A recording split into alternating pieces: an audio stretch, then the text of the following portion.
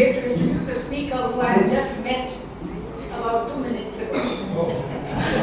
I had not met Mr. Malik earlier. Mr. Sadanand Malik, please come.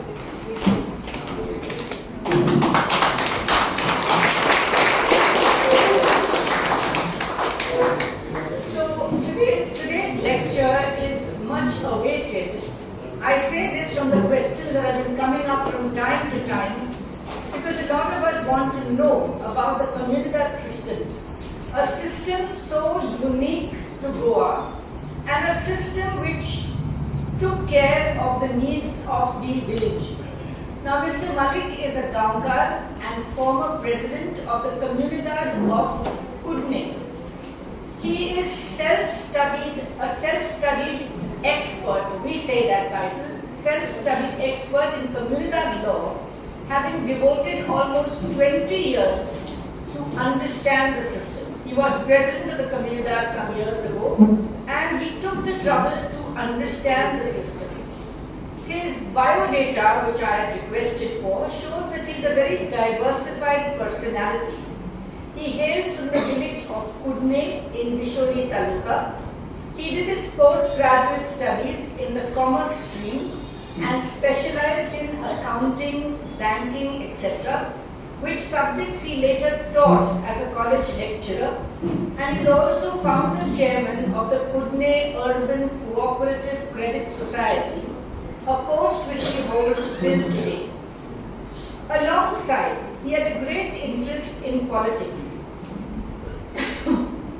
He started out as a punch member of the Comunidade Village Panchayat and soon went on to become MLA from Pale, which is now Sankli Assembly constituency. Now he is not an MLA at present. During his stint in the assembly, he was also a cabinet minister and chairman of the Public Accounts Committee. During that period, he presented some private member bills. You will remember, I think, what are government bills and private member bills from the lecture that Advocate Carlos gave. So, private member bills, namely Goa Groundwater Regulation Bill and the Goa Notified Area Development Authority Bill. And he was a member, being learned, being knowledgeable in things, he was a member of several select committees. These are committees which study bills which come out and then present them to the House. But the reason why Goa Foundation invited Mr. Malik to speak to us today is because Mr. Sadanand Malik has been one of the strongest political voices against government interference in the Code of Comunidades. He maintains that the Comunidade is a self-regulating, self-sustaining system. And he also says now that if people want to understand this issue of land sales going on at present, where parcels of land are being sold out, including the misuse of the Comunidade lands, then we need to look carefully at the original design of the Comunidade system, or Gaunkari as it was called. He has also opposed grant of mining leases on Comunidade lands because they are not revenue lands and mining leases should not be given on those lands. So we will have a lot of questions to ask him, apart from understanding what the Comunidade system is about, whether it can be restored, whether there is anything can be done, or is it all gone, or can some things be salvaged. These are all questions which I am sure Mr. Malik will answer to you as you listen carefully to his lecture. Mr. Malik, on behalf of the audience present here today, I welcome you and invite you to speak.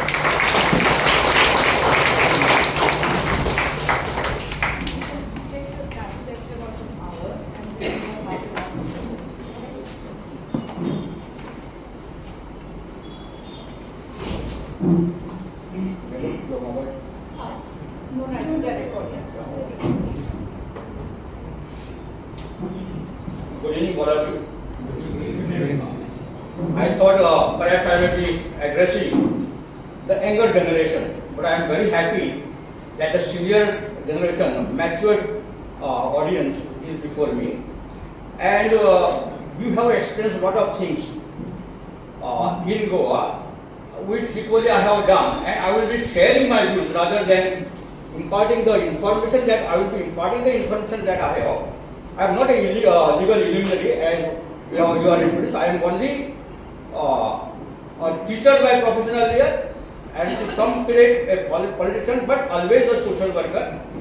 And I continue to look at the happenings in the government and in the state, although not reacting very often, but reacting whenever I feel it is very essential. Now, the topic that is informed to me is the Code of Comunidades and its implications for land issues, including Goa Land Revenue Code. 2 days back, Ms. Siddhali gave me this topic, and this is the title. And I said, she asked me whether I would like to make a change in the heading. I said nothing was not required, I will manage it. But what I feel, I will just reverse the title. Instead of saying Code of Comunidades and implications for land issues, including Goa Land Revenue Code, I will rather put it Land Revenue Code and implications for land issue, including the Code of Comunidades. I am telling the reason why. See, the Code of Comunidades is a very ancient law, original law. Gaunkari law is the original law, and this Land Revenue Code is the latest one. And normally what we see is, supposing some new event takes place, new situation arises, what is the implication? A new policy comes, new law comes, what is the implication of that on the old one, existing one? So rather than going for the implication of Code of Comunidades on land issues and land revenue code, so implications of Code of Comunidades not on land revenue code, I want to put it as implications of land revenue code on the Comunidade. Because that is the crux of the problem in my opinion. The land revenue code is a major damage that is done to us is by the land revenue code in my opinion. So therefore, as you all are social workers and more interested in public interest litigation and the social activities, I feel it is very necessary to understand the fundamentals of law first, the features of that law.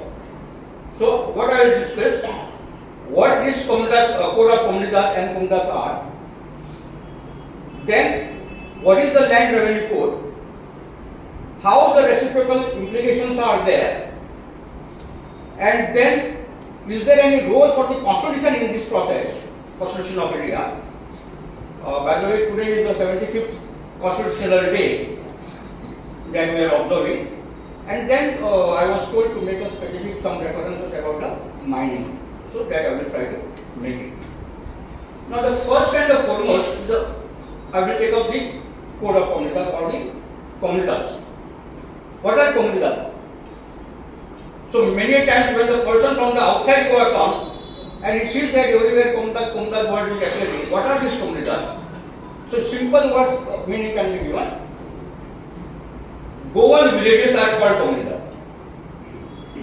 Now you may say that there are no Comunidades in all the villages. So how we say the Goan villages are called Comunidade? There were almost for all the villages in Goa, there were Comunidade. But subsequently, for the historical reasons, they were reduced. Some say there were 700, some say there were 500. Some say 437, and now what we are having it 226. As a annexure, the first schedule to the Code of Comunidades gives us the information that there are 226 Comunidades in Goa. Now, why they lost? Some of the Comunidades were dissolved by making them makaso to some desais, some ranis, by Samantawadikars, sometimes by Adil Shah. Then, thereafter, the Portuguese government also dissolved some of the Comunidades and gave it in the same fashion to some bidders. And that is how the charge of that now that's why we find in many Comunidades, this side pertinent side went to this room, that side went to Ranis and Desais. Okay, this is how it went on, and therefore now we are ready to, after a great fight with the because we these 226 Comunidades which are remaining, they have fulfilled all the challenges and countered all the challenges they had from the Portuguese region, paying them from time to time whatever that is to be paid, and that is how they survived. Many of them were resolved by the Portuguese because they were not paying the contractor, they were not in a position to pay even the contractual money. So now the question is, what are these the Comunidades? So Comunidades are, if we look at the article 1 of our Code of Comunidades, they said that Comunidades or Gaunkaris are in existence. That is how they start, in existence. So that means Comunidades are the Gaunkaris. It's very clear. Now what are these Gaunkaris? Gaunkari is a form of governance which is managed by the Gaunkars. Now who are the Gaunkars? Gaunkars are the founders of the village, the first settlers, who brought that village under the settlement and the cultivation. They had their own boundaries. Normally in Goa we are having water bodies everywhere on other side. Sometimes we have a hill or a plateau or hillock. So wherever the boundaries were there, most of the time you will find the boundaries of the village are the boundaries of the natural boundaries. And on the hillside there was they used to adjust it. If the two villages are connecting villages and in between the hillock is there, they were not having the boundary as a common boundary for both the villages. If this side is a village, this side is a village there, this part was kept by them, open. So that is, you can say, now a no man's land for the international boundaries. They are not connecting to one another. So that is why there were no disputes. You will never observe any dispute. We have never observed any dispute of the boundary for the Comunidades villages. That's the reason behind it. Because wherever river is water body is there, it is clear. Wherever this lodge is there, they were not touching one another. They were keeping a gap. And I found that in this particular survey that was carried out in 1972, they have connected. It is not kept as it is. And this middle portion which was earlier left was called as marsh, and that part was declared even earlier by the Portuguese survey as the property of the government, Portuguese. This middle part, because there is no one's land. This village was not claiming it, that village was not claiming it, but they had kept that land because so that wild animals or that should not be disturbed, and all their rituals they were doing here and here. That's why there was no confrontation was there. So that is, so they were very astute. Our ancient people were very practical, and that is how they managed it. Now this government of the Gaunkars, now there will be question as to why only the Gaunkars? Because they were the first settlers. It is they who are brought up, and all the infrastructure that is done for the village is done by them, none else. Later on, when seeing them that this is a good place to live in, the other people came so that they could get some jobs. They were also accommodated there. They were also given the land for the purpose of cultivation. They were also allowed to be in the service of the temples normally, because for the temples you required a lot of servicemen. So all of them were accommodated. They were also given the land for that purpose, so that they can discharge their duties without charging them anything. That is called as nomos or nomoship. And this is how the land which was collectively held by the Gaunkars, they themselves make some rules for themselves. On the basis of those rules which are called as the mandoli, they administered the village, okay, and if necessary, they were the one who were punishing the culprits and giving the judgments. So you find that what we find in the today's our constitution, the three wings, legislation, execution and judiciary, all these three wings were embodied within that particular Gaunkari, and therefore they were referred as ancient time village republics. They were referred as village republics. I have in my hand the extracts taken up from the Goan village comments by Professor Olivino Gomes. He has in one paragraph recorded about, we do not know, some say 5,000 years old, some say 2,000 years old, Comunidades are there. But the written record, we are getting it from Kadamba King Jaikesi, and I am reading that extracts. Possibly the first recorded mention of the Gaunkars of the Goan village communes wishing to pay tribute to a king in return for the latter's help in resisting the Muslim invasion and protect their own interests appears in the Farman, which is called the order, of April 1054. So, at least in 1054, it is clear that Gaunkaris were in existence, and it says the Kadamba King Jaikesi.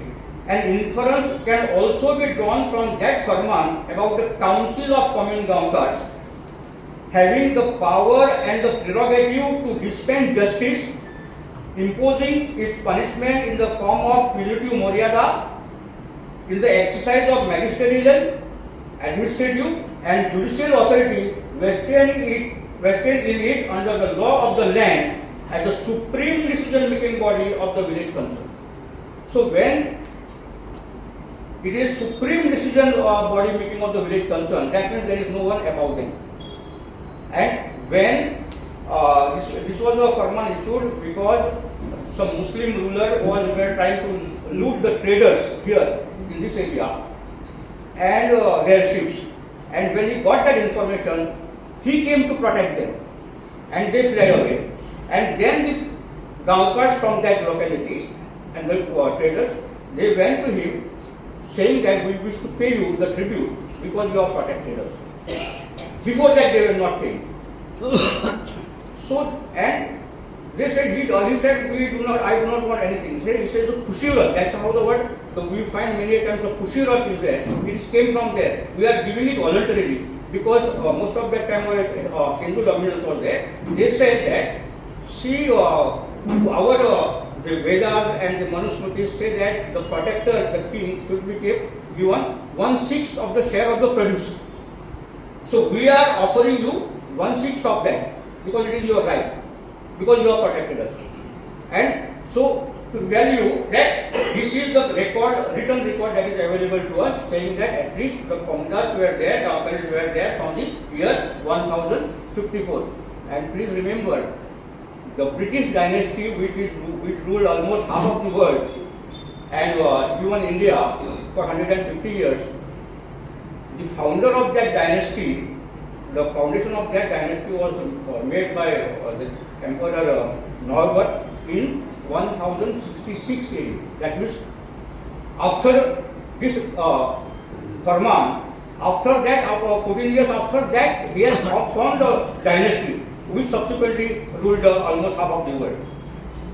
Now, when Portuguese came down to Goa in 1510, of course they were invited to come down because Adil Shah was trying to exploit the farmers and the Gaunkars, increasing the tributes to be paid to him. But one thing which I would like to mention, no king had claimed at any point of time a right over the land. Even the Manusmritis and the Puranas all that say he has a right to take the produce 1/6. He doesn't have a right on the land. The right on the land is of those farmers and the cultivators and the producers and the Gaunkars. That is who has brought that village into existence. That is their right, not of the king. So this is in the marked difference that what we find today when every land vests in the government, and it was what we have borrowed it is from the British legacy. This is the British legacy. Now when in 1510 Portuguese came down to Goa, we all know that there was a charter, the Forel of 1526. Afonso Mexia, Treaty of Afonso Mexia, which is commonly referred to, September 1526. That treaty, which was issued by King John III, the charter was granted, and the heading of that charter is Charter of Usages and Customs. I am translating in English. Charter of Usages and Customs of the Gaunkars and the farmers of this island of Goa, because it was only this one at that time, and other annex to it. And there are 49 clauses in that. And this charter is in reference to the protection that was promised by Afonso Albuquerque and the king in 1510, when they invited to oust Adil Shah. At that time, this agreement was reached between them that this is our land, these are our customs and practices, this is we have to protect us, and we shall be offering you 1/6 of whatever that is the produce. That was the agreement. And in reference to that argument, this charter came up in 1526. Please remember, Portuguese arrived in 1510. The charter is of 1526. Why so much period went? There was this Afonso Mexia was a commissioner for revenue to the Portuguese, highest officer in Goa. He was asked to study whatever these farmers and the Gaunkars are telling is correct or not. You corroborate this information from the nearby states. And he took the time to study everything. And after studying that, he came to that this is a real fact what is told to them, and then he wrote down all that his findings. And after that, this charter was issued, which had 49 clauses, and which mainly is regarding that he is taking up the responsibility of protecting the land, the customs, the usages, practices of the Gaunkar, and against the payment of certain tribute. And there are other the inheritance cannot be transferred, all that is there in those 49. Now, this Commissioner of Revenue Mexia reports, Gaunkars collectively held judicial and political power both the village level and General Assembly. General Assembly is the Comunidade, which was not at Taluka level. So, that Afonso Mexia said it then in his report, after which that charter came. In that report he mentions that Gaunkars collectively held judicial and political power at both village level and Comunidade. Then there was the issue of dissolving when Portuguese became more stable here. They started a lot of things imposing on the. Now also what we find here after the liberation is so many things are coming to and down on us, which are sometimes against us. This same thing was done by the Portuguese also at that time. And in 1649, they declared that all the land vested in the Portuguese government. In 1649. And when they said it, then of course it was not acceptable to the Governor General here subsequently, because he said that this policy will lead to disaster in Goa, and it happened. And he wrote to the king saying that I do not feel whether to weep, because the farmers have started to stop producing the food. They are producing only that is required for them. So our soldiers are not getting the food. And many things that he mentioned, and we should not be so harsh to them. And subsequently, then reference came, it subsided. Even this Portuguese government asked the Gaunkars to contribute the money for defense. Some of the, to my knowledge, some of the forts are constructed by the Comunidade. Aldona Fort is mainly constructed by the Comunidade of this area. So, like that, more pressure was felt on the Comunidade, and they went out of the way to help the government, and subsequently got indebted. They had to borrow from the Saukars and the money lenders and put it up somehow, pay the amount to the Portuguese government, obey their orders, whatever they are telling. And that led to issue of the ACOS. That is the Aksam, what we say, which is a translated version now as a share. Okay, it came up from that ACOS, and this normally mainly we find in the old conquest. For my Comunidade and the Talika of the Petroleum Comunidade, we don't have any shareholders. It's for that reason. because this was that time where there were more pressure. There were on one side the Marathas were there, from the other side the Ali Shah Muslim rulers were there. So they had to strengthen the defense force, and that is why the burden came on the Comunidade, and they were indebted. And when they were indebted, they had to borrow by giving a document, I owe you this amount. That's only we refer. And now we say it's a promissory note, negotiable instrument.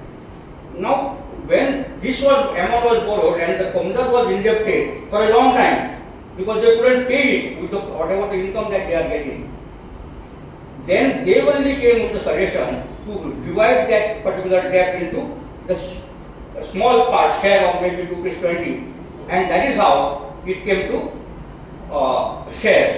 But always remember that each and every Comunidade is a distinct, independent. They have their own independent laws, because the Article 1 itself says that they are governed by this code shall be governed by, Comunidade shall be governed by this code, and more so by their private laws. And in the absence of private laws and this provision, the general laws should be applied. So that means they also have the same code is providing for the private law. And private law of the old conquest is defined by them about the shares and all that, distribution of the profit zone. But for the new conquest, that is not decided. So we have a freedom there. We can interpret, as the assembly is interpreting what is that contempt and the privileges. So we can, the new conquest Comunidade say, the code says that we can follow our private right. This is our private law. And what is the private law? They have said the law that existed before 50 years before 1904. 50 years before 1904. That means almost 1856. And the reason for that, what I feel, is by 1856, the Portuguese government had nominated escrivãos for all the Comunidade. Because although the escrivãos were paid by the Comunidade, the appointments were done by the government, and that appointment was complete by 1856. That is why they say that private law is that which was followed before 1856. Now I have a research paper of Paul S. L. Ward and Michelle F. Lewis. It is a ethno-history, copyrights of the American Society of Ethno-History. They had carried a very nice research, and display. I got extracts of this. Maxia reports that the Comunidade function and maintain public works projects associated with agriculture. The Gaunkars collectively held judicial and political powers at both village level and the Kamrajara. Then they say the issue came up in 1830 to 1870 about dissolving, abolishing the Comunidade.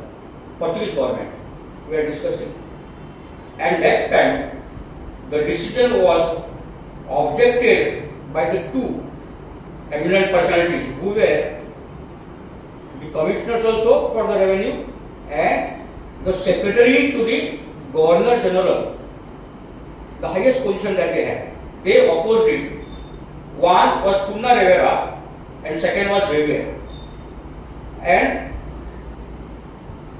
they said that they both blamed any shortcoming of the Comunidade on Portuguese colonial politics and agreed that the Gaunkars were autonomous landholders paying contractual tax to Portuguese state rather than the renters paying the rent to the land owned by the Portuguese state. This is one. Xavier went to the extent of saying that the land of the Comunidade was held perpetually on payment of furrow and the Portuguese state had no domain over the Comunidade land, which is very important. This is a law of eminent domain. If the eminent domain is there, your power cannot work. Madam is better position to tell us about that eminent domain. So, unless the eminent domain is with the government cannot move ahead. But this dominant, he says that your secretary to the Governor General, Portuguese state had no domain over the Comunidade land.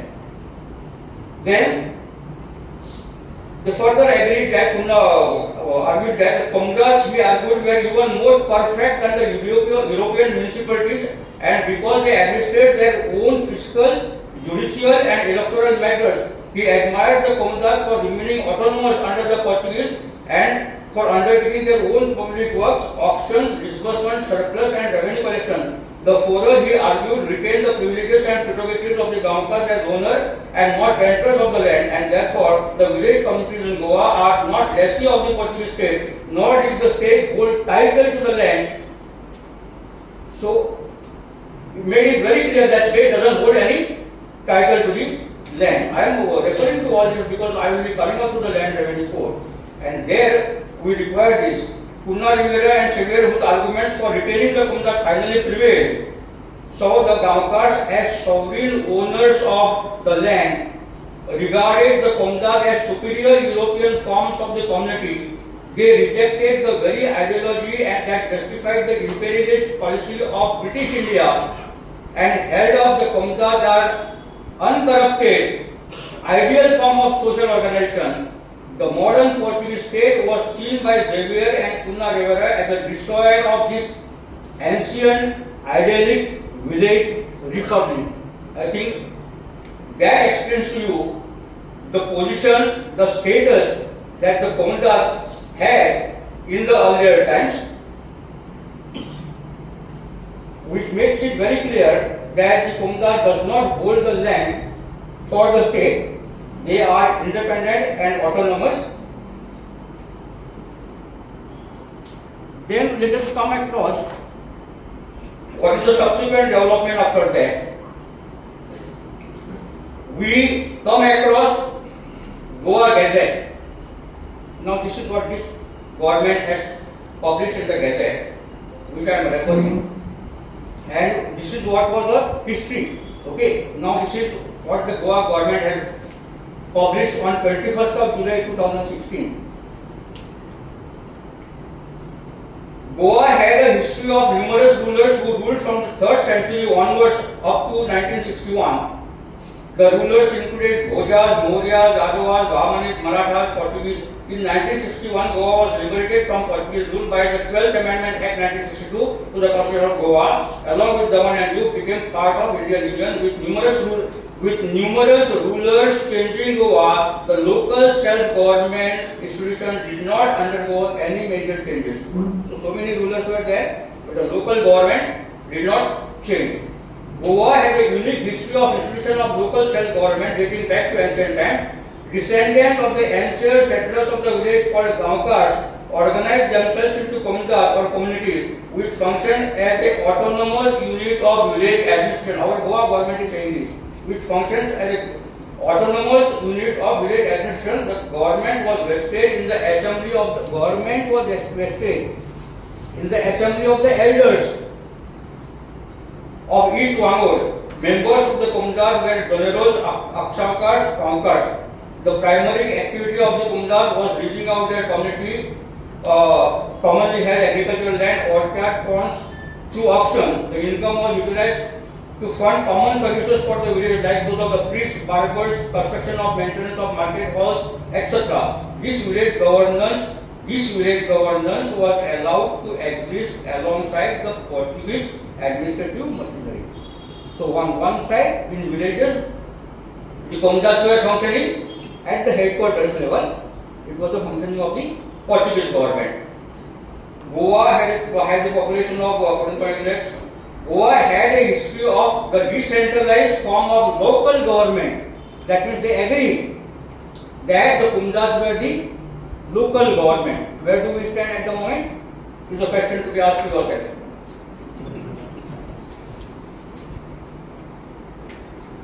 Now, when they all know this, still what they are doing, actions, we have to monitor them. Now, Portuguese, when we got this now Code of 1961, okay, diploma number 2070, it was preceded by 1933 Code of Comunidade, diploma number 651. Before that, 1904 approved by the Portaria of number 300 Portaria order 315. And prior to that, there were only regimentos in 1847. and 1735.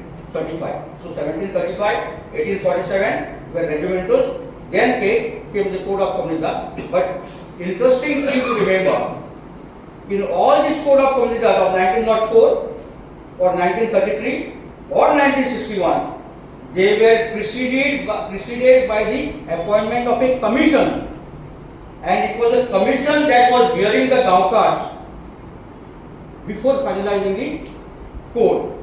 Now, when the amendments are done to the Comunidade code, no one is taken into consideration, no Gaunkars are taken into consideration, or no commission. A commission was not at all appointed. Recently it was held.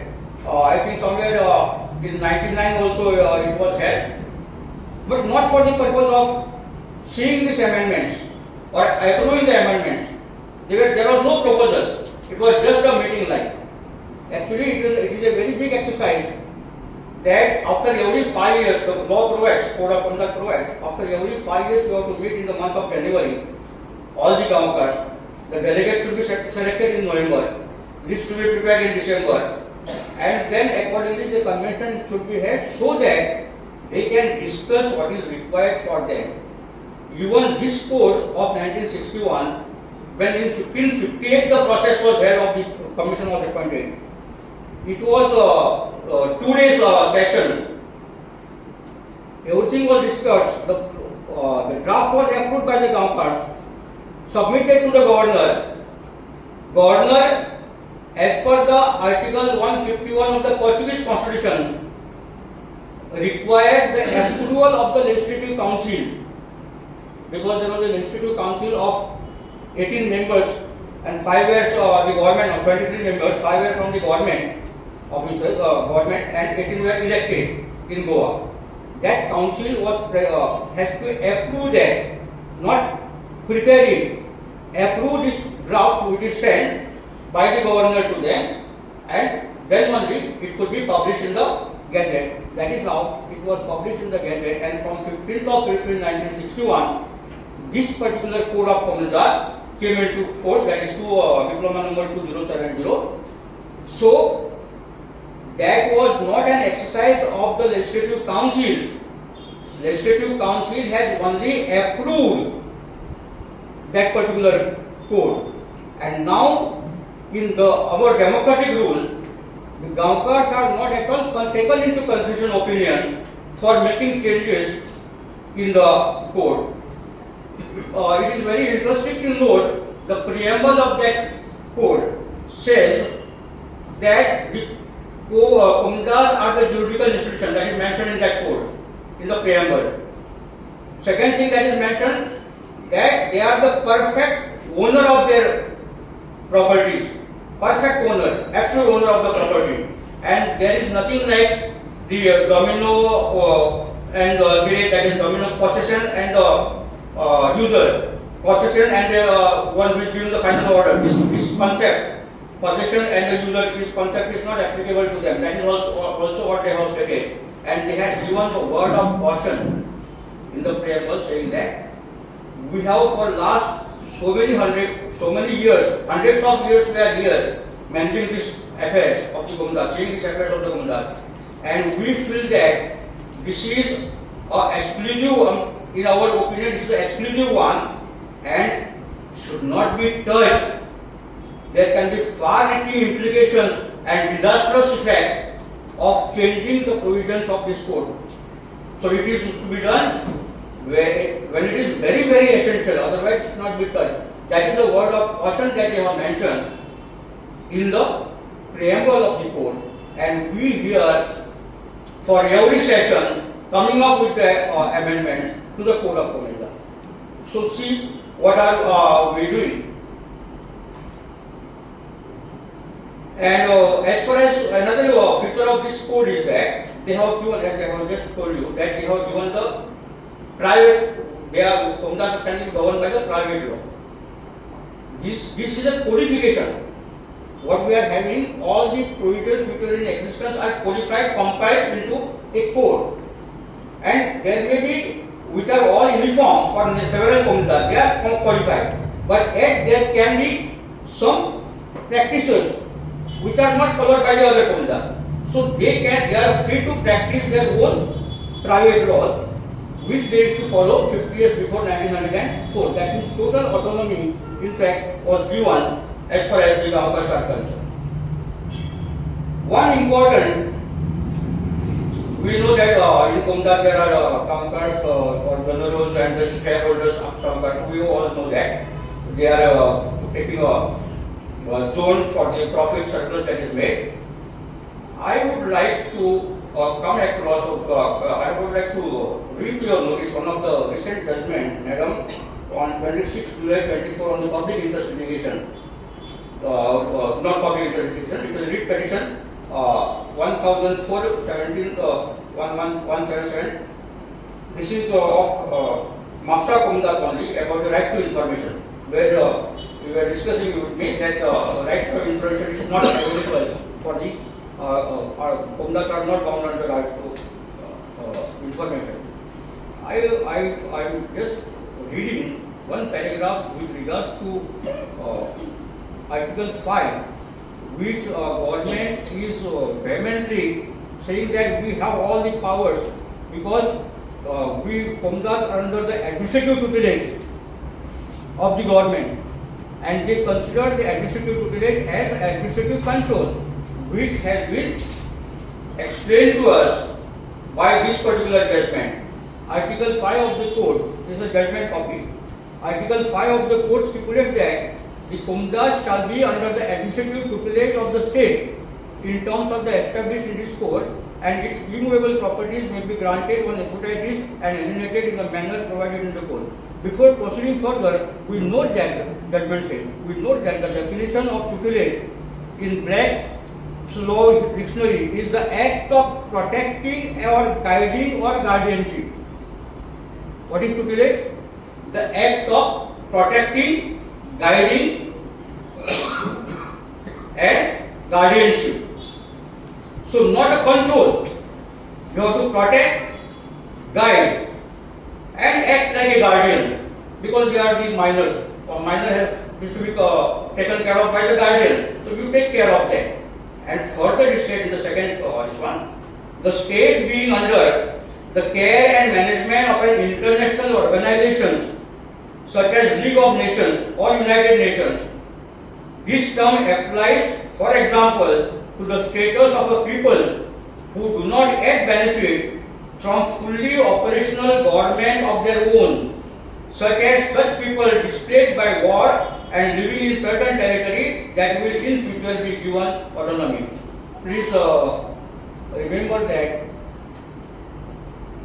there was a United Nations Charter in 1955 which declared so many colonies should be converted into a self-governing territories. So which are those non-self-governing territories? And in the list of that, there was a Goa territory. Non-self-governing territories. And the Indian government insisted that in 1955 at the United Nations to include the name of Goa there as a non-self-governing territory, which should be made a self-governing territory. And this Code of Comunidades came after that. I said the commission is appointed in 1958, isn't it? So 55 there was a United Nations Charter to have list of the non-self-governing territories. In 58 the commission was appointed, wherein they, you can't hear?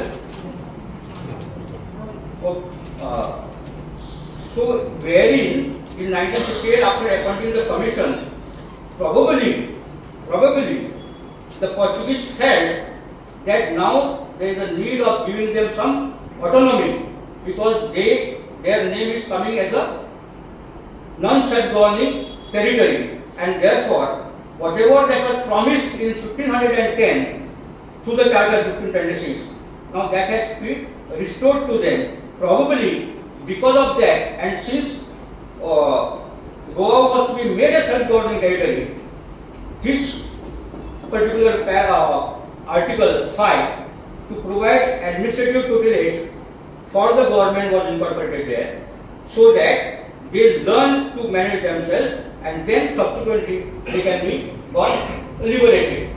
That may be the thing, but it is very important in my opinion, saying that the act of protecting, guiding and guardianship, that means does not vest with the control to the Comunidade as it is being done, and the government and the legislators are interpreting this as right of administrative tutelage is the right of administrative control, which is not so. So that has to be, now this is a recent judgment and someone has to take up with how you are making the amendments when you are not supposed to do it because the land doesn't rest in them. Another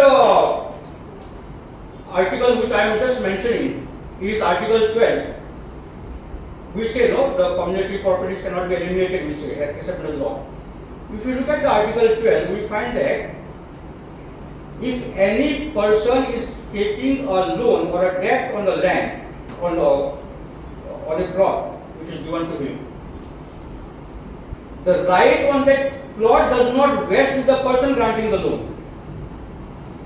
He has a right, if the loan debt is not paid, the person who has given is not having a right on the land, he has a right on the produce. So he has to take the produce and recover his debt, which means the land cannot be separated from the Gaunkari or the Gaunkari.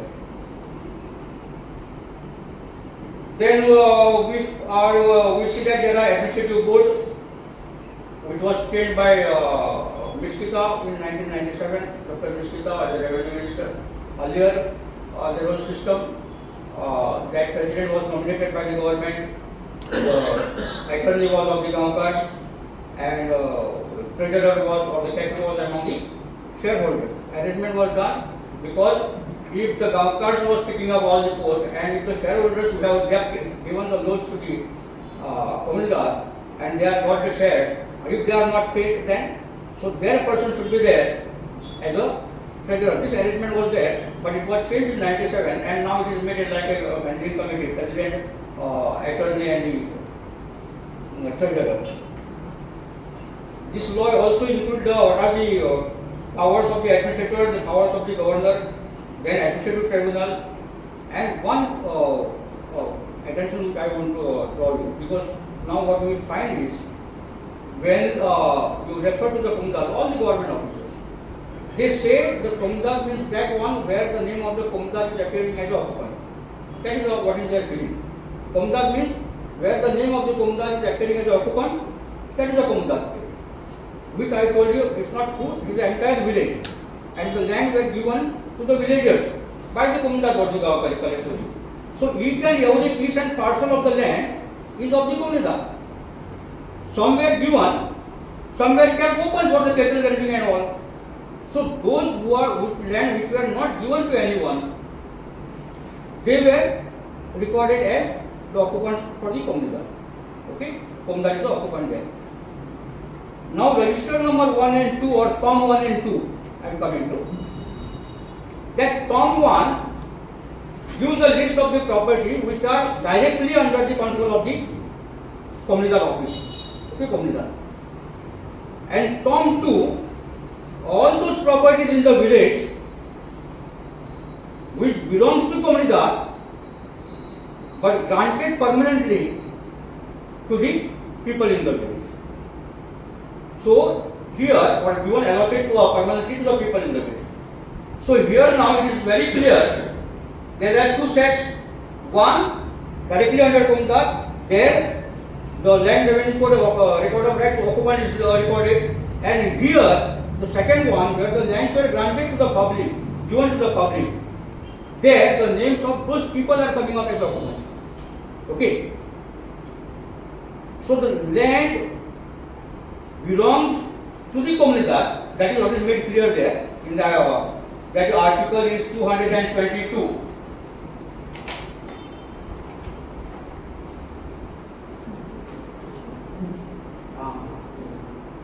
So that's what is happening for me. When I go on speaking, I miss the timing.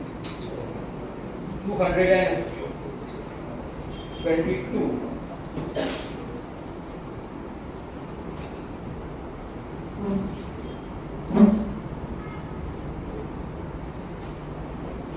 listed number 2 is the list of the properties belonging to the Comunidade in possession and figuring in the name of the private individuals. So that means even for the private term, which we say private term 2, 3, those properties are also of the Comunidade properties. And there are other provisions of how the land can be given, whether on the long-term basis, arrendamento basis, that normally we are dealing with. What is important for me to bring to your notice that the innovations are brought up by the government for the Article 371 and 334. For the Article 371 regarding the encroachments of land, which was totally replaced by the government in 1985. And in 72 was also replaced. Because earlier the attorney used to go and demolish the structure if the encroachment is there. Before that. So now you find that up to 1984 there were no illegal constructions in the Comunidade land, isn't it? Have you come across? No. Why? In spite of being after liberation, 20 years are gone from 63 to 84, there were no illegal constructions going on. Because the attorney used to go and demolish it immediately. Because otherwise the Gaunkari are going to question him. Why you are not demolished that? You are the supreme. So you are going and demolishing. Here, what the government did is give the appealing power to the Director of Civil Administration, and Director of Civil Administration means the collector. That is what is also written for the purpose of this section. So directly it came under the minister. When you say collector or a Director of Civil Administration, it came under the minister. So if the attorney goes and takes an objection, issues a notice, he goes in the appeal to the administrator or the collector, and then the matter is kept pending. Seeing that, another one goes and does the same thing. That is how the illegal structures have started coming up from 1984-85 onwards. Another 334 was regarding the allotment of plots. First they said for the freedom fighters, the government employees and all, 400 square meter plots should be given. And now we see that it is going on increasing. Now it has gone to the next.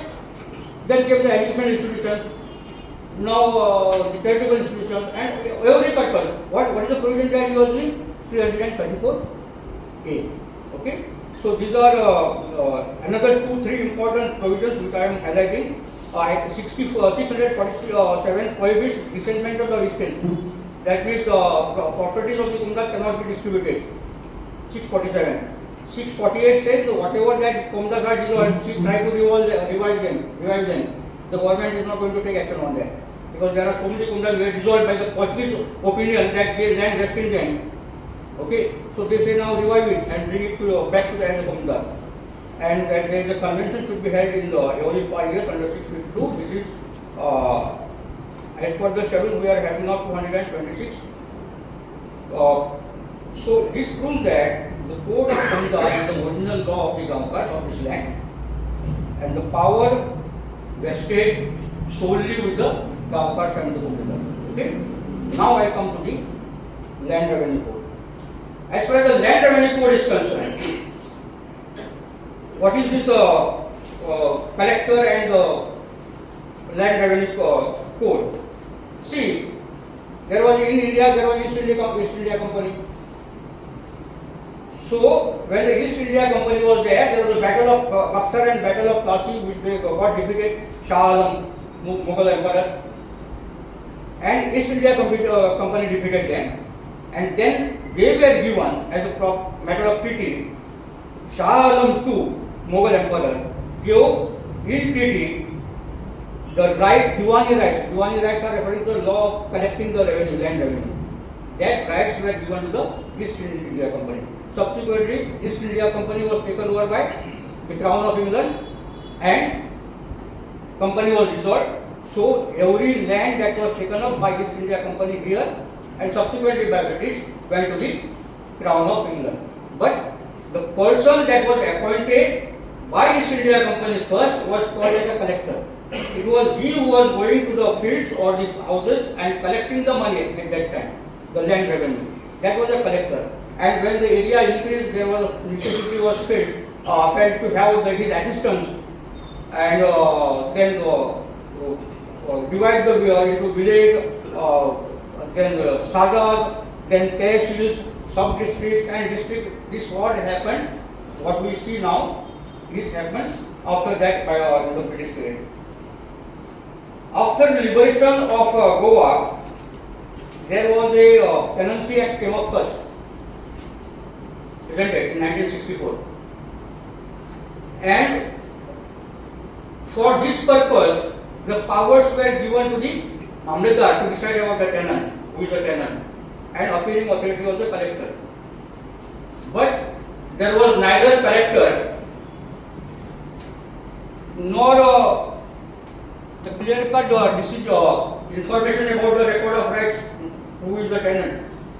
So therefore, what they did, they appointed the deputy collectors, the Mamledars, in February 1965, and the collector was appointed in March 1965.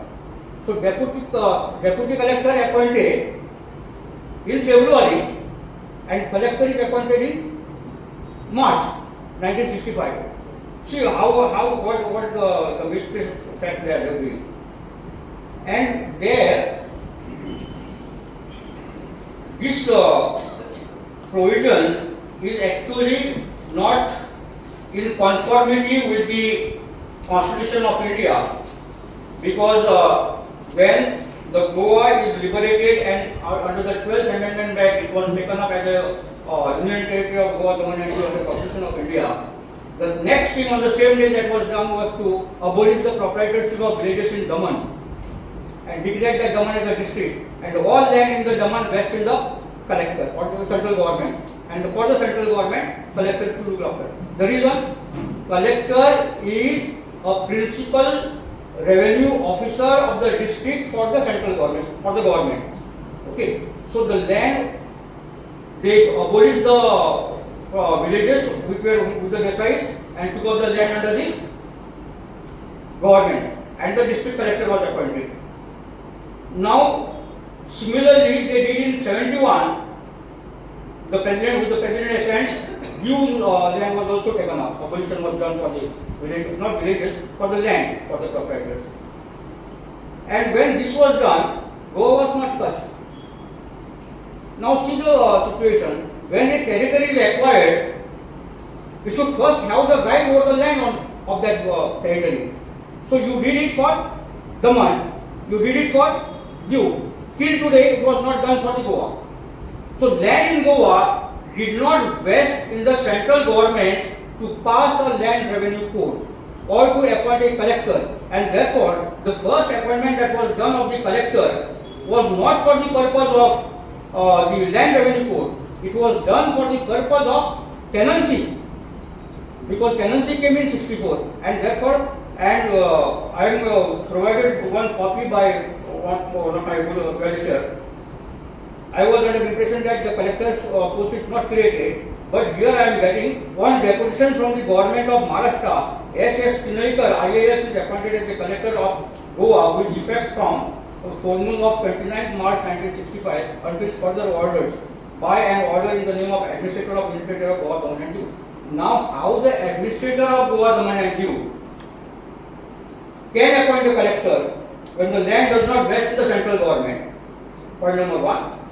Point number two, how is that the person is sent from the deputation, who sent it, where is there should be some law in pursuance to which I am issuing this notification. This the Chief Secretary should say. Here it is the order of the Chief Secretary of Goa. How it will get the order to power to get it? The collector. So that is also challengeable. But another place they have written, the area of Goa was constituted into a district in 1965, and the first collector of Goa took charge on March 29, 1965. The deputy collectors, Mamledars, were appointed in February 65. Two deputy collectors for division of district of North Division and South Division. And they further say, in the initial stages, the collectors and Mamledars had a power to perform the duties of the Goa Comunidade Agricultural Tenancy Act 1964, which came into force from February 8, 1965. So, for the purpose of Agricultural Tenancy Act, the appointment was done of the collectors and the deputy collectors and the Mamledar, and it was not, as it is being wrongly informed to us, under the Land Revenue Code of 1968. And I am of the opinion that this power is till today not vesting. The land in Goa does not vest in the central government. And when we are made a state in in this connection I am also telling you that in 1968 the Land Revenue Code came up, and see what our minister says. After liberation of the territory, government had, this is a debate in the house, minister is replying. After the liberation of the territory, government had appointed various functionaries like collector, deputy collector, manager and survey officers. However, so far there is no law under which these officers have to be created. So law is not there and they have done the appointment. In the absence of such law, the existence of these officers becomes somewhat anomalous. The government has therefore increasingly felt the necessity of undertaking comprehensive legislation for the administration of the land revenue and related matters. And for that they are going for this law, which here it says, for the purpose we have decided to take the Land Revenue Code of 1966 of Maharashtra, which is the latest enactment on the subject available in the country, as the basis for framing our law. Now you have to see, when you are having a law like Land Revenue Code, you have to see the basis premise first. What was the type of land existing in Maharashtra? It was the estate of the Union of India. What was the land existing in Goa? Either it was with the Gaunkaris or it was with the Makasodas. It was not vesting in the state. So both were not the same, isn't it? So since both were not the same, how can you borrow that law and implement it here and apply it here and enact it here? Because the land itself is different, and that is the root cause of having the problems now.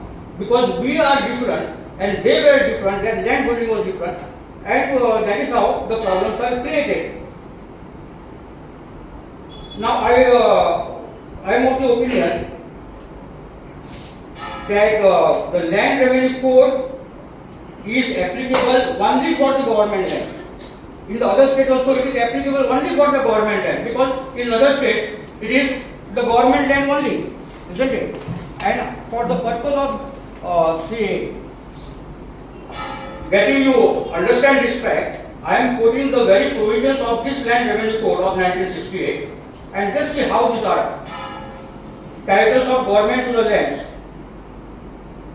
All land, public roads, paths, harbors, creeks, all standing in the flowing water, all right over the same according thereto, which are not the property of any person, are hereby declared to be property of the government. So which is not the property of any person is the property of government. So this is applicable for the section 4 is applicable for the only government property. I come to the 15. Whenever it appears to the government that any public road, lane, path which is the property of the government is not required for the use of public, the government may by notification publishing the office date make declaration to that effect, which is the property of the government. Whenever it appears to the government that public road or path which is the property of the government, so you can change it, which is the property of the government, so it is applicable to the government land. Go for 16. This is of interest to you. Rights for trees and forest, where the forest officer comes if you, immediately if you cut the tree, isn't it? The right to all trees, jungles and other natural products growing on the land set apart for the forest reserve, and all trees, brush, wood, jungle and other natural products wherever growing, except in so far as the same may be the property of any person, shall vest in the government. So if it is a property of any person, it does not vest in the government. So if it is your property and the trees are there, that does not vest in the government. What is happening now? For every, even if you are cutting the tree in your compound, they will come and put a penalty. Okay? 17. Recovery of value of trees. Any person who shall unauthorizedly fell and appropriate the tree or any portion thereof which is the property of the government. So here also it is the property of the government, not for the other property. Recovering the value of natural product. Any person who authorized removes from any land is set apart for the special purpose or from any land which is the property of the government or natural product shall be liable to the government if it is the property of the government. Now coming to the important point of occupancy, grant of land. Classes of holders of the land. Land granted under provisions of this code or any other law shall be held under one of the following classes of the holders as may be occupant class 1, occupant class 2, government residence. We know what is occupant class 2. So, subject who is the occupant? Grant of land. Subject to the rules made on this behalf, the government grants belonging or vesting in the government for agricultural purpose or non-agricultural purpose as may be specified in the grant. So, here the government is getting, the collector is getting the right to grant the land, and the person whom the land is granted is called as a occupant. Now question is, the people in Goa are holding the land before coming into force this code. They are holding before liberation also. How they are the occupant of the government? How the Comunidade is the occupant of the government? Comunidade is 1,000 years old, isn't it? How the government can say the Comunidade is the grantee and Comunidade is the occupant? Because occupant is one who is granted the land by the government. We have granted the land to the government.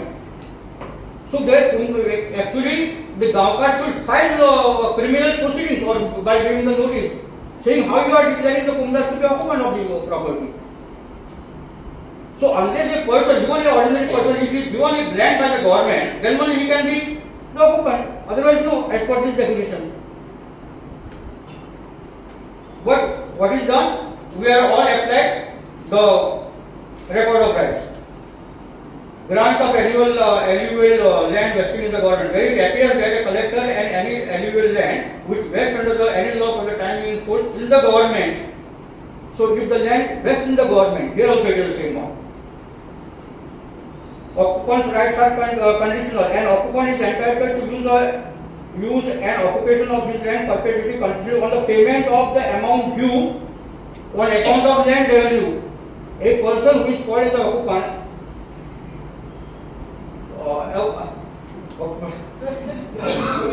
You have reached the crucial part. 7:10 was time. What is the time there? 7:10 already. Yeah, I will cut off. So the point which I want to say is that this law is applicable only to the government land revenue code is applicable only to the government land, and it cannot be applied to the non-governmental lands. So in rest of the India, these are the government lands, and therefore the land revenue codes are there. Here in Goa, what they should have done is, in my opinion, where the Comunidade villages are there the land revenue code should not come into existence, and where the non-Comunidade villages are there perhaps the land revenue code can come into existence. But that is not happening. That is the root cause of the problem and the unrest in Goa, and I don't know whether it will be sorted out or not. Then even as far as the Constitution is concerned, Constitution is supposed to provide us the protection under 295B, Article 372 for the continuance of the law, and as far as the granting of the land is concerned for the occupancy, it should be the agreement on behalf of the Governor of Goa by a collector under Article 299. Government land cannot be simply given without a contract. So that contract is absent here in our cases. And one of the important thing as far as the property which we read as, we say the private property, no? In Indian context, Article 31A and 300A is important. Article 331A gives the list of the properties which can be acquired by the government as far as estate. So every property that is taken up, that should contain an element of estate. And what is element of estate? Is that land should be held for the payment of land revenue. Land should be for under a tenure. It should be for the purpose of agriculture, and all that is there. Even the Jagirdars and Inamdars, all their land is taken up as a estate. And those who are having under the record of rights of that particular area recorded as an occupant, that is a private property. So it is a estate of the person, but holding in the hands of another person, and that person refers it as his private property, and that property can be acquired because of the eminent domain and because it contains an element in state. Always remember that land acquisition can only be done for the land which is granted by the government, because it is a land that is granted, and now the government wants the land for the public work, it is taken back by paying compensation. In Goa, it is like purchase. Government has not granted the land, but it is acquired by the Land Acquisition Act, which cannot be done because Land Acquisition Act is applicable only for the land which is granted by the government by paying him compensation for nurturing the property for so many years of holding. So, as far as our Goa and the Comunidades are concerned, we are not having a property, any property which contains an element of estate. We are not having, we are under the self territories. There is no domain available for the government. And under the Mines and Mineral Regulation Development Act, which is I was asked to make a comment on that, whether the Comunidade land can be taken up for the mining activities. No, it cannot be taken up. Because first of all, the Code of Comunidades is not permitting it, that's the one thing. Second thing is that there is a judgment which is given by the Supreme Court in the case of it's a Kerala case of Tesima Jacob and others and the Department of Mining and Geology of the Kerala. There I am reading only the last para, so and then showing the open for the Mines and Mineral Act is an enactment made by the Parliament to regulate mining activity in this country. The said Act does not in any way purport to declare the proprietary right of the state in the mineral wealth, nor does it contain any provision divesting any owner of the mine of his proprietary rights. So it is very clear.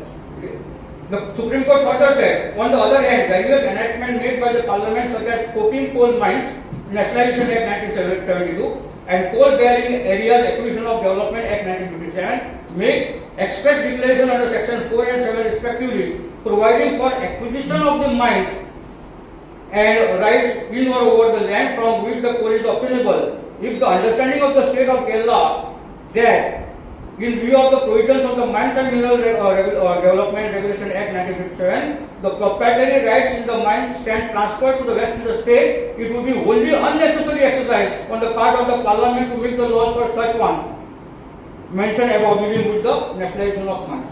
So, if the proprietary rights were not vesting with the owner of the land, then why those laws are passed? Everything belongs to the government. So, there it is said that it is not there. It is only Mines and Mineral Regulation Act only regulate the mining. Even with regard to the minerals which are importantly and highly sensitive in the context of national security and also the security of humanity like uranium, the Atomic Energy Act 1962 only provides under section 5 for prohibition or regulation of the mining activity in such mineral. Under section 10 Act it provided that the government of India may provide for compulsory vesting in the central government of exclusive right to work those minerals. The said Act does not in any way declare the proprietary rights of the state. From the above mentioned reason, we are of the opinion that there is nothing in the law which declares that all mineral wealth, subsoil rights vest in the state. On the other hand, the ownership of the subsoil mineral wealth should normally follow the ownership of the land unless the owner of the land is deprived of the same by some valid process. So Malik, that was not intended on the lights. No.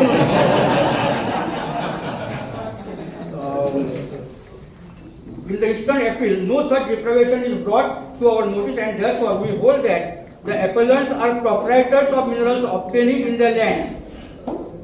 Appellants, that is, are proprietors of the mineral obtaining in their land. We make it clear that we are not making any declaration regarding their liability to pay royalty to the state, as that issue stands referred to the larger bench.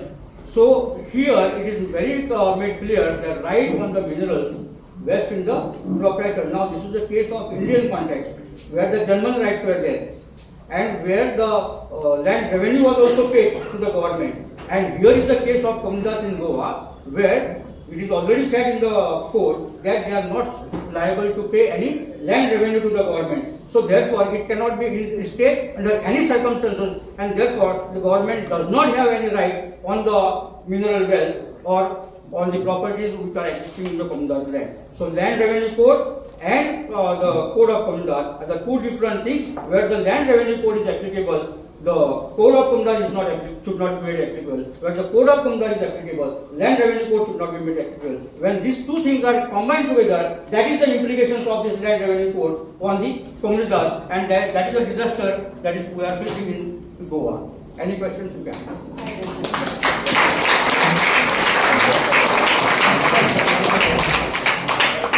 I will answer according to my knowledge. I am not an expert in the field, but whatever the knowledge that I have shared with you. You are quite an expert. Okay, let's have questions. All right.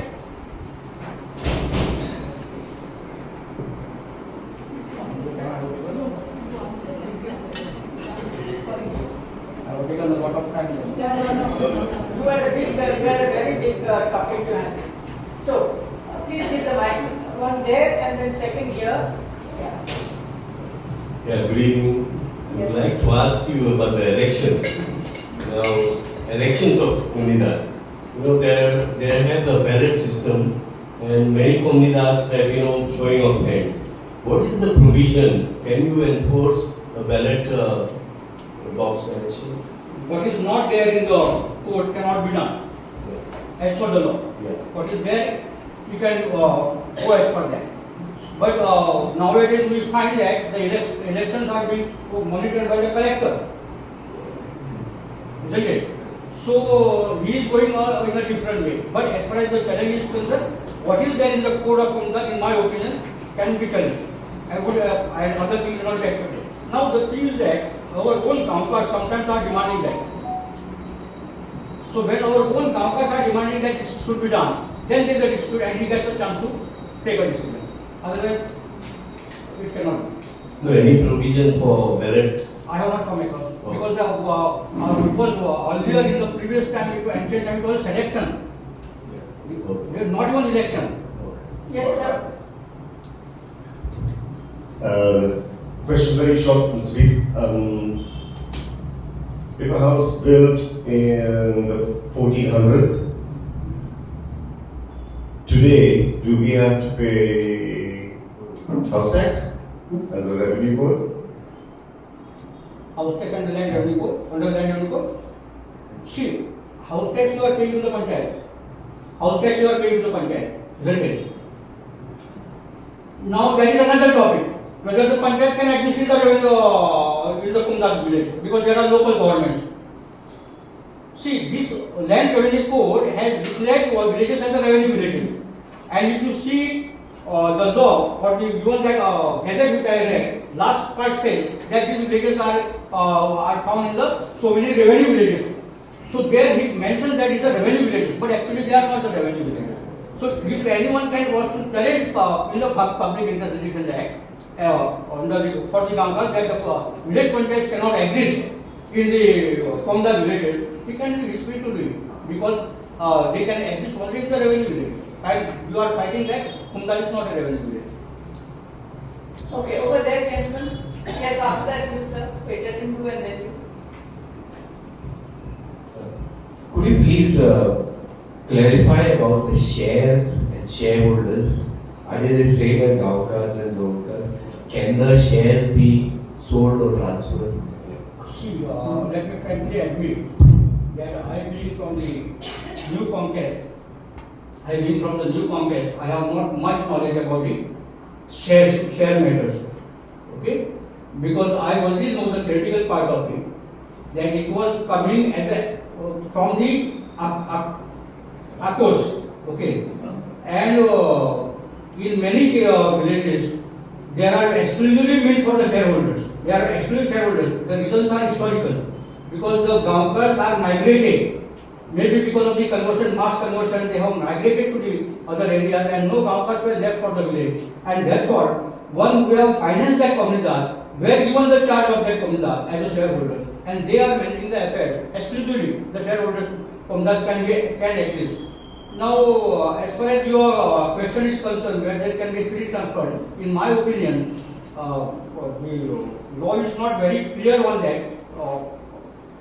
But see, as a component of the Comunidade, we should see that these shares do not go to the elements non-goers or the elements which are going to damage the working of the Comunidade. It should be kept within, because these shareholders are also from the olden times here, isn't it? And one point you have to also note that a Gaunkar can be of only one village, but the shareholder can be of 10 villages. Because Gaunkar is only for one village because he is the sole owner of that particular village.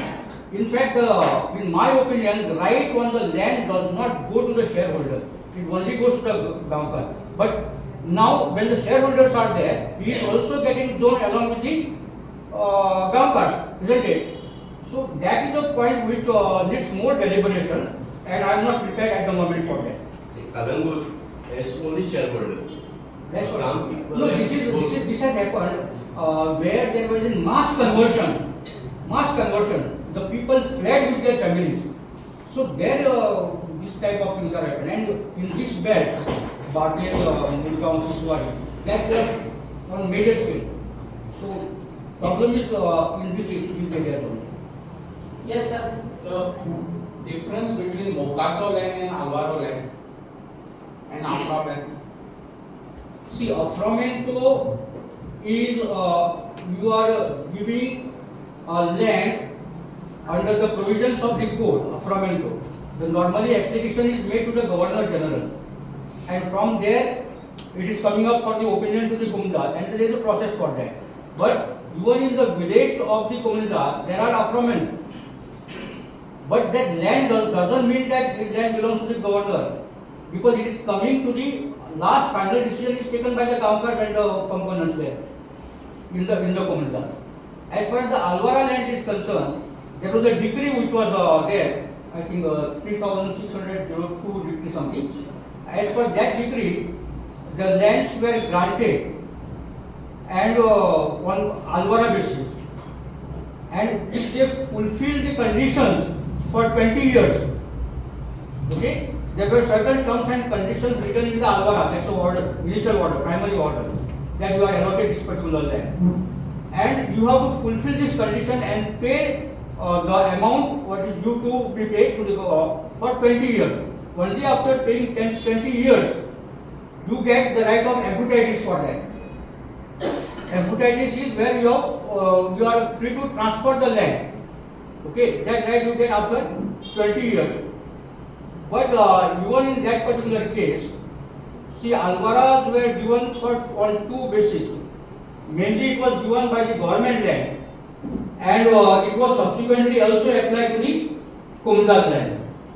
But ownership of the land, absolute ownership of the land is only based with the Comunidade, not even with that person. He is holding, and when you are transferring that land under amputatis, you should see that the person who is transferring cannot put it to any other use than for what it is given to him, the original person holder. And if you are not completing this 20 years period, then it is gone, it lapses. And Mokaso lands are those lands which are, in fact, the Mokaso holder are in my opinion, it's always a debatable and dispute raising question. Mokaso holders are the trustees of the Gaunkars, because the Gaunkars were incompetent to maintain and defend themselves or to protect their properties. This Mokaso holder was given the responsibility by the king to look after this particular village and take from them some tributes. Okay, that is a Mokaso. He is not the sovereign owner of the land. The land of that village rests in the Gaunkars actually, but they are not recognized because they are not Comunidade. Okay, but Mokaso holder, and there are some of the, I am not taking the names, there are some of the Mokasos which were abolished, but subsequently no process was carried out, therefore it remained with them and they remained to be Mokasos. Sir, you have mentioned about that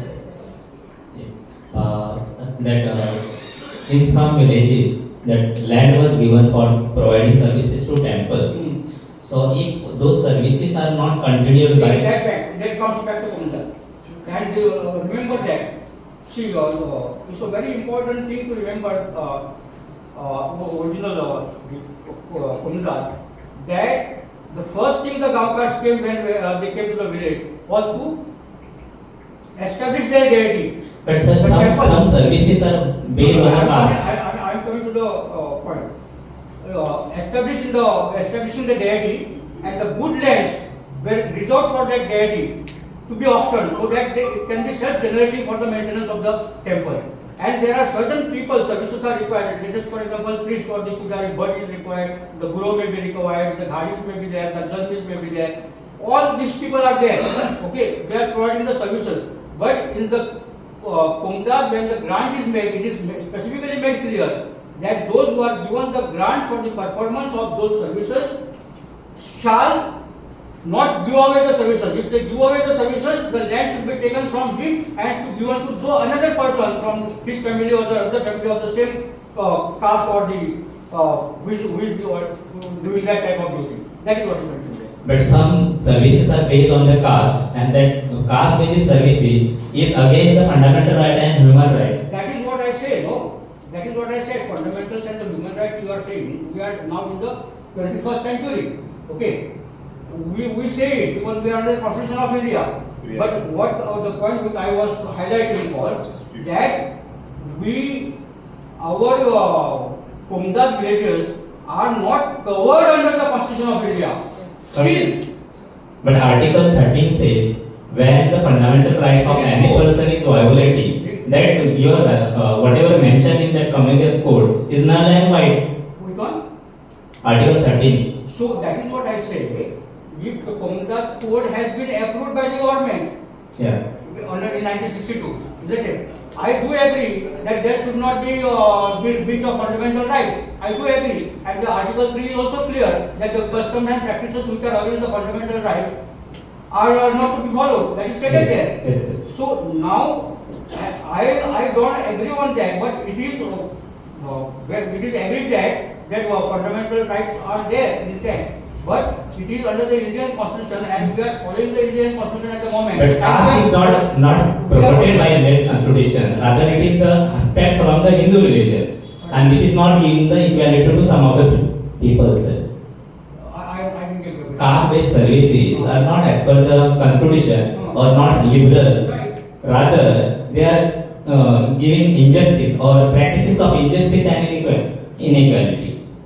You are very correct. See, now the Constitution is brought into force. Drafting process started in 1946. Yes. Finished in 1949. Yeah. Came into force on 26 January 1950. Yes. Absolutely correct. Okay.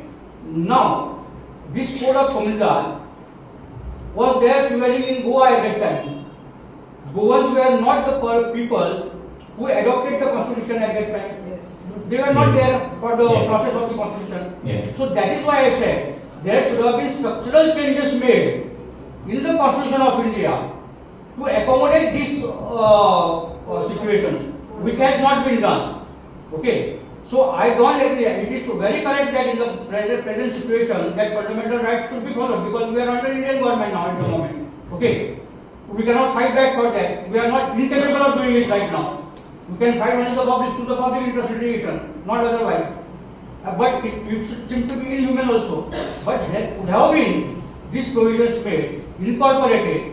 Now this should have been done by the central government in the parliament. And we are not there at that time. No. Now when the caste-based norms are followed, it was earlier it was on the depending upon the skills of the people at that time. They were assigned a different job according to the skills. If you look at the earlier one, you will find according to the skills that were first given, not otherwise. So it was done in the past, it is being continued. No, sir. Skill based is totally wrong. He has answered, tried to answer Okay, but questions. skill based is wrong because some of the services, though even a person from particular community is considered belonging to that community, his skill, his intellectual is not taken into consideration. No. Even today. What I said, this was done at that time. This was done at that time. See, we are so many thousand-year-old. Comunidades are so many thousand-year-old. We are now here in this era.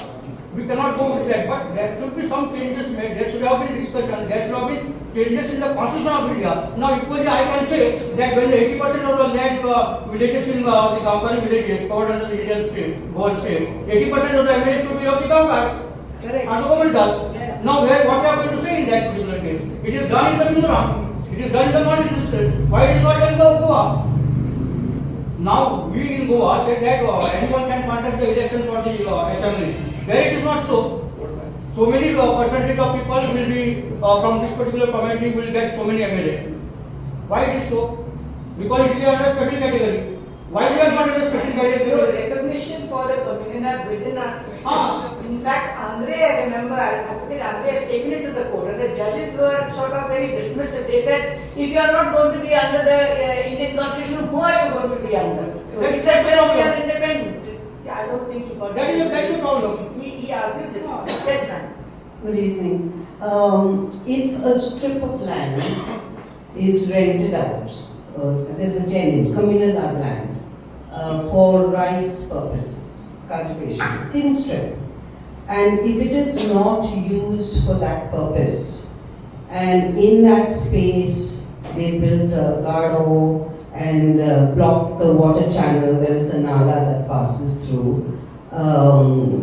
what can be done about something like that? No, we have to follow the process of the law because Is it under the legal? First of all, Tenancy Act, the land should be used for the agriculture, cannot be put to another use. Even under the land revenue code, which we may not accept, but also says that. Now here, as far as the Comunidade is concerned, also says that if land given for one purpose of the Comunidade cannot be used for the other purpose. So who do you approach? Do you approach the Comunidade? If it is a Comunidade land, you can approach the Comunidade land. If it is not a Comunidade land, always a Mamla is there public. No, it is Comunidade land which has been rented out and the tenant is not using for the purpose. Okay, thank you. Did you want to ask a question? No, lady. Anybody No. else That Mr. Malik, here, there's a question. Sir, in continuation with some points of ours, if there is a land that is being given to the person who goes on record of the Comunidade for a particular purpose, say for example a field, So for example, a field, okay, that owner whose name features there expires, can it be inherited? Can his inheritance carry on that? Or does his name have to come back again into the Comunidade as a person of that land? now see, actually earlier it was the name of the new person should have come up. New person, that is father expired, the name of the son should have been incorporated in the Comunidade. But now after the massive use of the record of rights, the people have stopped going to the Comunidade for that purpose. And if you see the records of the Comunidade now, they are only in the names of the grandfathers. The main reason is that earlier there should be inventory proceedings. How is that to be challenged? Now, actually, actually, if you want to that this name should come up in the Comunidade land with the Comunidade, you can make an application to them. Let it go to the administrator. Let us see what they are replying. You make an effort. Let's see what they are, and who is paying the foral for making the foral payment for that? Sometimes foreign is not being paid. It's paid up already. No, actually, now for my Comunidade, I am telling you, every year the people are paying a foral payment in the month of January. Okay. So maybe in the name of the grandfather, they is coming with the receipt the previous one and that is being taken off. Okay. Now, if you say that here the foral payment is not made, No, if it's paid, If it it is- is being paid by maybe his children in the name of the. oh yeah, but that should not be dispute. When there is a dispute, they have to all record that, follow the succession proceeding and give it to them. It will go to administration. Okay, here's a question from this side.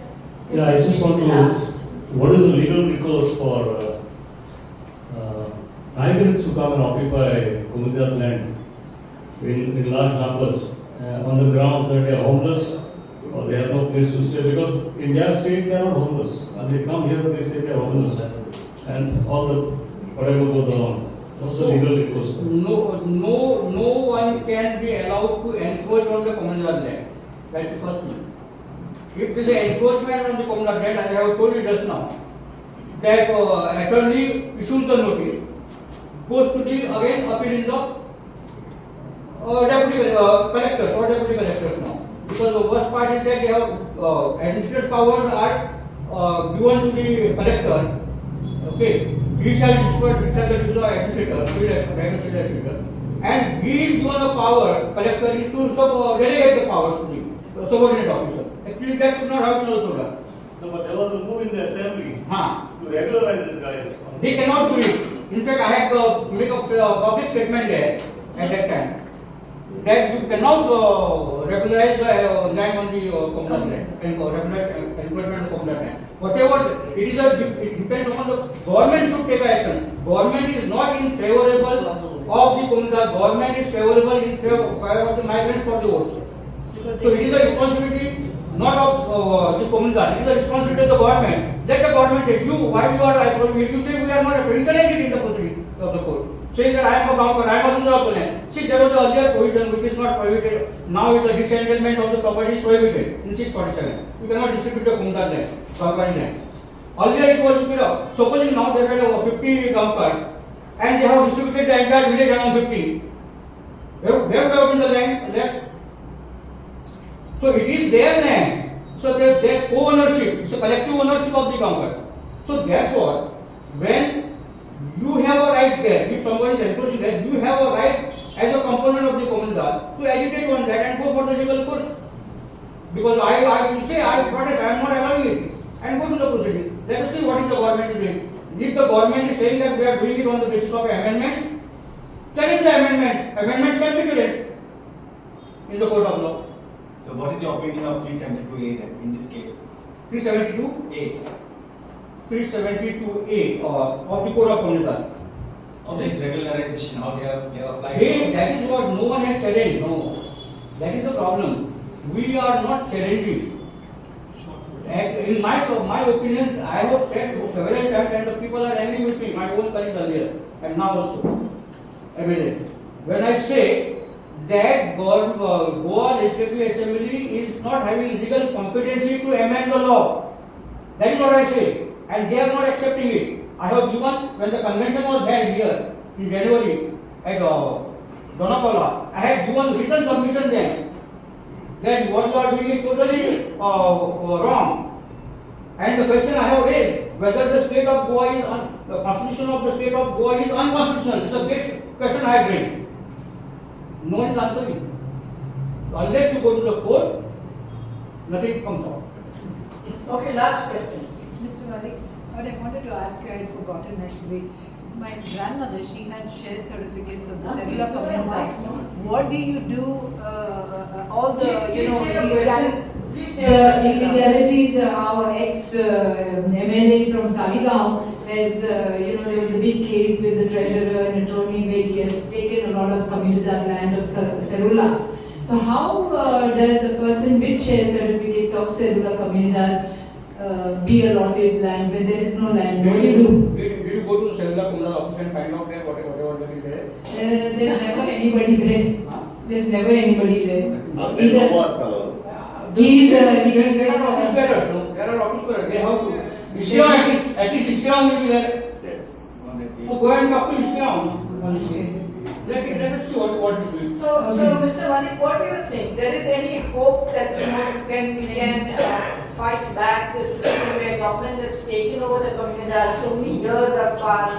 We have got used to this sort of emasculated sort of Comunidade system which is there, and the government is powering down on us. Is there any way in which this Comunidade system can be restored, or some aspects, or some things? Or does everything go to the court? And the courts are in favor of the constitution and the present, the prevailing government, let's say.